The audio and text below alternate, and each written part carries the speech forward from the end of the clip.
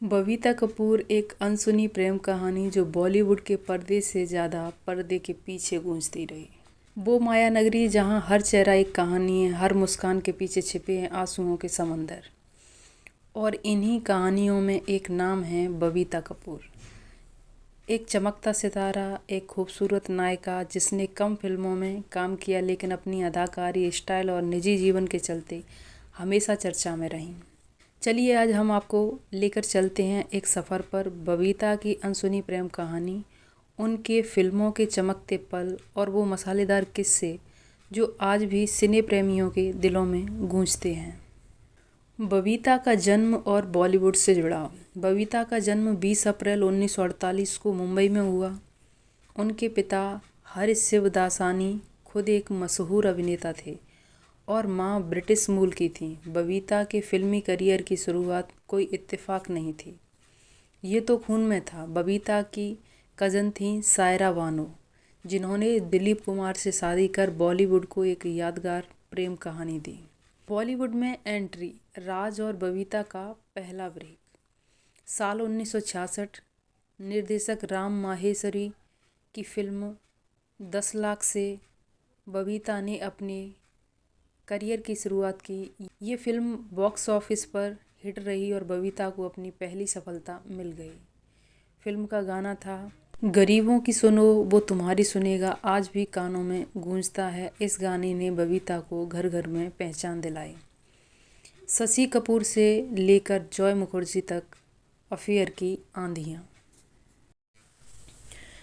बबीता की खूबसूरती पर सिर्फ दर्शक ही नहीं, फिल्मी सितारे भी फिदा थे। कहते हैं कि उनका नाम सबसे पहले शशि कपूर से जुड़ा था, लेकिन ये रिश्ता सिर्फ कुछ मुलाकातों तक ही सीमित रहा।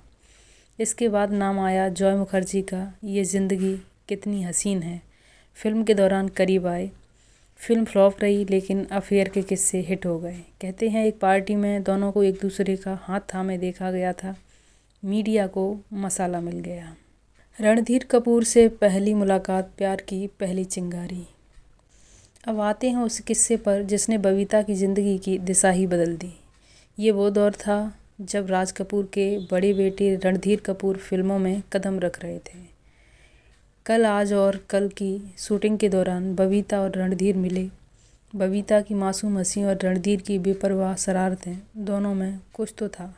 सेट पर मुलाकातें, लंच साथ खाना और फिर देर रात की कॉल्स। धीरे धीरे दोनों को एक दूसरे से प्यार हो गया।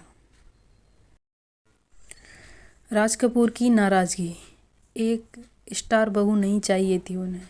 रणधीर और बबीता के रिश्ते की भनक जब राज कपूर को लगी तो वो नाखुश हुए।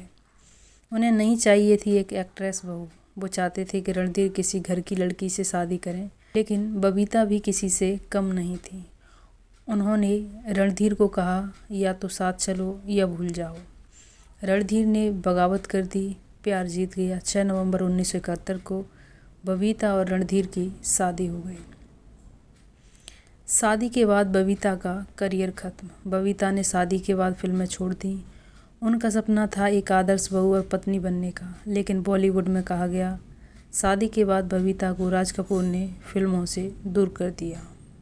हालांकि बबीता कभी खुलकर नहीं बोली, लेकिन उनके कुछ करीबी कहते हैं बबीता के अंदर की कलाकार कभी नहीं मरी, वो सिर्फ दब गई थी। करिश्मा और करीना की परवरिश। एक माँ की लड़ाई। 80 के दशक में रणधीर और बबीता के रिश्तों में दरार आ गई। रणधीर की शराब और गैर जिम्मेदाराना रवैये से परेशान होकर बबीता ने अलग रहने का फैसला किया। वो 2 बच्चियों करिश्मा और करीना को लेकर अकेले रहने लगी। फिल्मों से दूर, लेकिन ज़िंदगी की जंग में डटी रहीं। एक माँ की तरह नहीं, एक फाइटर की तरह। करिश्मा को स्टार बनाया, फिर करीना को।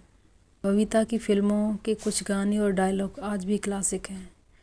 मुझे वो ज़िंदगी चाहिए जहाँ प्यार हो, इज्जत हो और खुशी हो।